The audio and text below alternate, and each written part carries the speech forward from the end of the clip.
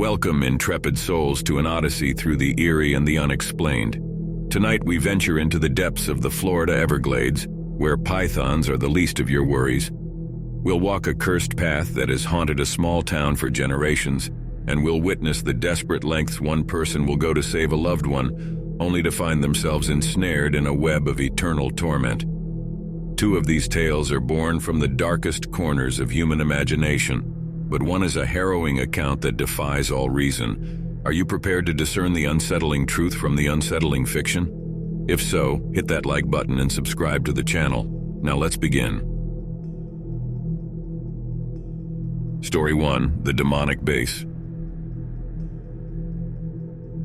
I was a python wrangler in the Florida Everglades, usually out at night hunting these invasive reptiles. The state had given me special access to an abandoned space rocket facility deep in the woods. This place had been a hotbed for pythons recently, but it was also known for graffiti, crimes, gang activity, and other unsavory acts. It hadn't been used since the Cold War era, and its isolation made it a magnet for all sorts of trouble. I drove down a narrow, overgrown road, my truck's headlights barely cutting through the thick darkness. The forest on either side was so dense it felt like it was closing in on me. When I finally reached the entrance to the facility, it was as if I had crossed into another world. The air was heavy, almost suffocating, and there was an unsettling stillness that made the back of my neck tingle. The facility itself was a sprawling labyrinth of decaying buildings, their structures corroded by time and neglect.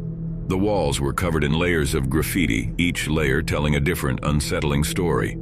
Broken glass crunched under my boots as I walked, and the wind carried whispers through the shattered windows, as if the building itself was trying to speak. When I first arrived at the facility, one of the first things that caught my eye was a large, towering mound of jagged stones. It wasn't just a random pile. It looked almost like an altar. At the top of this mound was an upside-down wooden cross, and that wasn't all. Surrounding this central pile were other rocks, and on these rocks were more upside-down crosses, spray-painted in what seemed to be a deliberate pattern. But what really got to me was a doll at the base of this rock pile. This wasn't just some discarded toy. It was carefully positioned to face the entrance of the facility. Its eyes were plucked out and missing, and it felt like it was warning all who dared to enter this place. The weirdest part of all, and I'm not making this up, a red snake was wrapped around its neck. As I ventured deeper into the facility, things got more and more weird. There were Latin words spray-painted on the concrete floor. I'm not one to believe in the supernatural, but I didn't want to take chances by reading it aloud. I later learned it translated to, "Turn around, he's watching you." As I moved further into the abandoned compound, I entered a building that gave me chills. The room was dominated by a large red pentagram spray-painted on the floor. The atmosphere inside was stifling, almost as if the air itself was heavy with malevolence. The walls were covered in graffiti, but this was different from what I'd seen before. These were symbols and phrases that seemed like incantations or curses. In the center of the pentagram sat an old, worn chair. Its wood was stained and its cushioning long gone, as if it had been used for dark purposes for years. Next to the chair were red spots on the ground. It definitely wasn't spray paint and looked like it wasn't from too long ago. While I was in the room with the pentagram, something unsettling happened. As I was examining the chair and the bloodstains, I felt a sudden tug at my leg. Startled, I looked down to find a doll with its eyes plucked out lying next to my foot. It was eerily similar to the one I saw earlier at the rock pile. I couldn't be sure, but it felt like the doll actually grabbed me. Next to the doll was another Latin phrase spray-painted on the ground, translated to, "The omen will follow." At this point, I was pretty freaked out with this room. I didn't see any pythons, and I just wanted to move on. The last room that stood out during my visit was small, with scattered trash and clothes on the ground. The walls were covered with graffiti, crosses, and another Latin phrase that translated to, "We gave her to the devil." There was another small doll on the ground in that room, so I was hoping that's who they gave away, though a lot of the clothes on the floor looked like they belonged to a small girl, so I wasn't really sure what to think. Not seeing any pythons in the building, I scoured the surrounding grounds for about 30 minutes and finally found a big one. I bagged him up and decided I should call it a night. This compound was eerie and made catching the python a lot harder than normal since my nerves were going. As I made my way back down the road and out of the woods, I heard distinct gunshot noises coming from the area I just left. To know I was there for almost 2 hours with someone else close by was really unsettling. I floored the gas and got out of there. Definitely never coming back here again, I said to myself as I watched the compound fade into black in my rearview mirror. Story 2, Demon Way. It was a Friday night in October, just a few weeks shy of Halloween. The air was crisp and the excitement of senior year was in full swing. My friends and I were hanging out talking about the local legends that always resurfaced this time of year. That's when Demon Way came up. "Dude, we should totally walk Demon Way tonight," said Jake, his eyes wide with a mix of fear and excitement. The path was infamous in our town. It ran alongside a twisting river shrouded by trees whose branches seemed to reach out like skeletal fingers. The rumors were that late at night, demons would rise from the cursed waters and pull in anyone who dared to walk the path. We arrived just before midnight. The night was cool and cloudy, and the path was darker than I'd imagined. We stood there, flashlights in hand, hesitating. "Maybe this isn't such a good idea," said Emily, her voice tinged with apprehension. "Yeah, I'm starting to second-guess this," added Jake. I looked at their nervous faces and made a snap decision. "I'll go. You guys can turn back if you want, but I'm doing this." They agreed to walk with me for a bit before turning back. We started down the path, our flashlights cutting through the darkness. After about a minute, they stopped. "We'll wait here," Emily said, her voice shaky. I nodded and continued on alone. My senses were heightened, every rustle of leaves or splash of water making me jump. I was about 20 feet ahead when I heard it, a sound like something large emerging from the water. My heart leapt into my throat, and without a second thought, I turned and ran back to my friends. "You guys won't believe what just happened," I panted, my words tumbling out in a rush. They looked skeptical, but agreed to walk with me back to the spot. We were almost there when we all froze. Something was moving up ahead, just beyond the bend in the path. We shined our flashlights through the woods that concealed path around the bend, and then we saw it.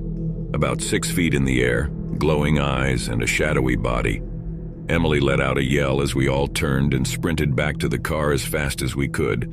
We piled in, our hearts pounding, our minds racing. "What was that thing?" Jake finally asked, breaking the silence.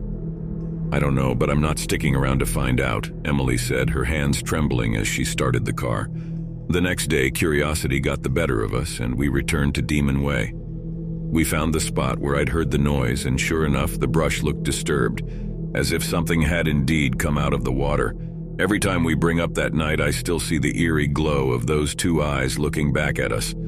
A part of me wishes I was braver and stayed, just to know what that thing was. Though it's probably better off that we had ran. Nothing good would have been there waiting for us at nearly midnight. Story 3, A Soul for a Soul. Grace had always been a skeptic, especially when it came to the supernatural. Her parents often spoke of their old house being haunted, but Grace had never experienced anything out of the ordinary. However, when her younger sister Lily was diagnosed with a rare form of cancer, Grace found herself desperate for a miracle. Medical bills were piling up, and her family was on the brink of financial ruin. In a moment of desperation, Grace borrowed a friend's Ouija board. She had heard stories of people contacting spirits or entities that could grant wishes or provide guidance. With a mix of skepticism and hope, she set up the board in her room and began. The room was dimly lit, the flickering candlelight casting eerie shadows on the walls. Grace sat alone, her heart pounding as she looked at the Ouija board in front of her. She had set it up on an old wooden table, the same table where her family had shared countless meals, celebrated birthdays, and now, where she would attempt to contact the unknown. With a deep breath to steady her shaking hands, she placed her fingers lightly on the planchette. "Is there anyone here who can help me?" she whispered, her voice tinged with both skepticism and desperation. For a moment, nothing happened. The room was silent except for the distant ticking of a clock and her own shallow breathing. Just as she was about to give up, the planchette jerked beneath her fingers, slowly dragging across the board to spell out the word, "Yes." A chill ran down her spine. She had half expected nothing to happen, but now she was not alone. "Can you save my sister?" she asked, her voice barely above a whisper. The room grew colder, as if the very air was being sucked out. The planchette moved again, more quickly this time, spelling out, "Yes, but at a cost." Grace felt her heart skip a beat. "What cost?" she managed to ask, her eyes fixed on the board.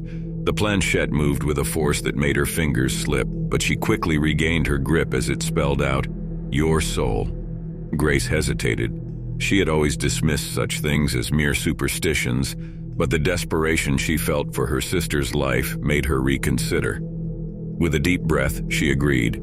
Almost immediately, things began to change. Lily's medical bills were mysteriously paid off, and her treatment was miraculously effective. Grace's parents found new, high-paying jobs, and their debts were cleared. For a while, it seemed like the bargain had been worth it. But then, strange things began to happen. Grace started seeing shadowy figures lurking in her peripheral vision. She heard whispers in empty rooms, and objects around her house would move on their own.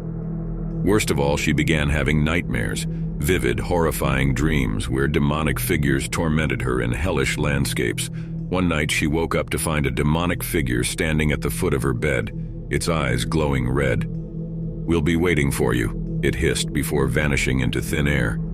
Terrified, Grace tried to reverse the deal. She returned to the Ouija board, pleading with the entity to take back the bargain, but the board remained silent, offering no response. As Grace sat in despair, she realized the terrifying truth: there was no way out. She had traded her soul for her sister's life and her family's happiness, but the cost was eternal torment, both in this life and the next. To this day, Grace continues to experience demonic hauntings, a constant reminder of the irreversible deal she made. And as for the Ouija board, it remains in her room, a haunting symbol of her desperate act and the terrible price she paid. Thanks for sticking with us through that roller coaster of the macabre and the mysterious. Now, the moment you've all been waiting for. Which of these spine-tingling tales is based on true events? Was it the Python Wrangler's nightmarish journey through an abandoned facility in the Florida Everglades, the harrowing walk down the infamous Demon Way, or the desperate sister who made an unthinkable deal to save her family? The true story that defies all logic and reason is the demonic base. Yes, you heard it right, the tale of the Python Wrangler, or better known as Python Cowboy on social media.